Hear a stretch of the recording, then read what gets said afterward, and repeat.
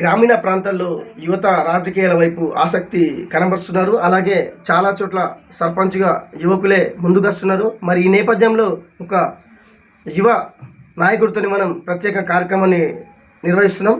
మీ పూర్తి పేరేంటి? నా పేరు మక్కల దుర్గయ్య, రామాజీపేట గ్రామం, జాయిరుగుట్ట మండలం, యాదాద్రి భువనగిరి జిల్లా. ఇప్పుడు ప్రజెంట్ ఇక్కడ సర్పంచ్గా మీరు పోటీ చేస్తున్నారు కదా, మరి జనాలు మీకే ఎందుకు ఓట్లేదా?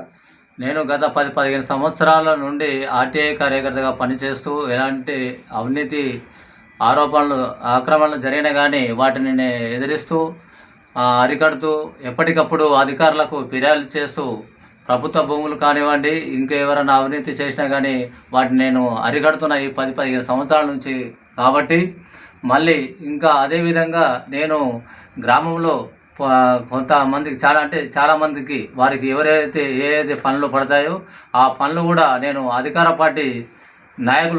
నాయకులు కూడా లీడర్లు కూడా చేయనటువంటి పనులు ప్రజలకు నేను చేసి పెట్టాను. కాబట్టి నాకు ఆ ప్రజలు నా వైపు ఉండి నాకు ఓట్లేసి గెలిపిస్తారని నేను అనుకుంటున్నాను. అదే విధంగా వాళ్ళు కనుక ఇంకా నన్ను ఓట్లేసి గెలిపిస్తే ఇప్పటిదానికంటే ఇంకా ఎక్కువ నేను జనంలో ఉండి కొట్లాడుతానే చెప్తున్నాను. అదేవిధంగా మరియు మీరు ఇందాక చెప్పారు కదా, ఆర్టీఐ ద్వారా సమాచార హక్కు చట్టం ద్వారా మీరు ఎలాంటి విజయాలను సాధించారు? మీరు ఆర్టీఐ ద్వారా ప్రజలకు సంబంధించిన చేసిన కార్యక్రమాలు చెప్పండి. ఆర్టీఐ ద్వారా అంటే గతంలో ఇక్కడ ఇప్పుడు రైల్వే గేట్ నుంచి వచ్చేటువంటి 50 ఫుట్ల రోడ్డు తీసుకొచ్చాను.